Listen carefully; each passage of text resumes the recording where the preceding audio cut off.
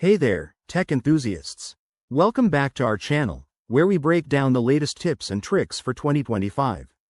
Today, we're diving into how to change currency on Google Play Store.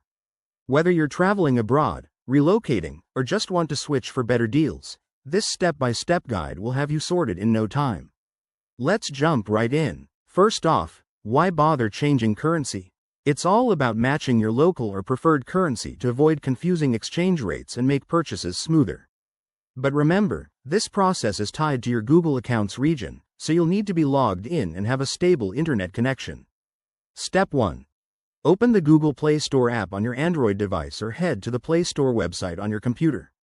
In 2025, the interface might look a bit refreshed, but don't worry, it's user-friendly. Step 2. Tap on your profile picture or icon in the top right corner. This will open a menu with your account options. Step 3. Scroll down and select Settings or Account Preferences. Look for a section labeled General or Country and Payment Settings.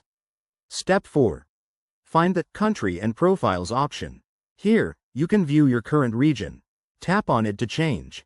Step 5. Select your desired country from the list. Google might prompt you to verify your new location with an address or payment method tied to that country.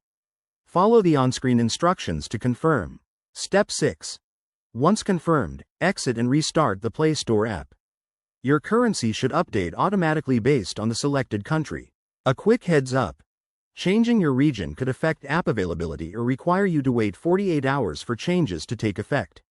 If you encounter any errors, try clearing the app cache or checking your Google account settings. There you have it. That's how you change currency on Google Play Store in 2025. It's a simple process that saves you hassle in the long run.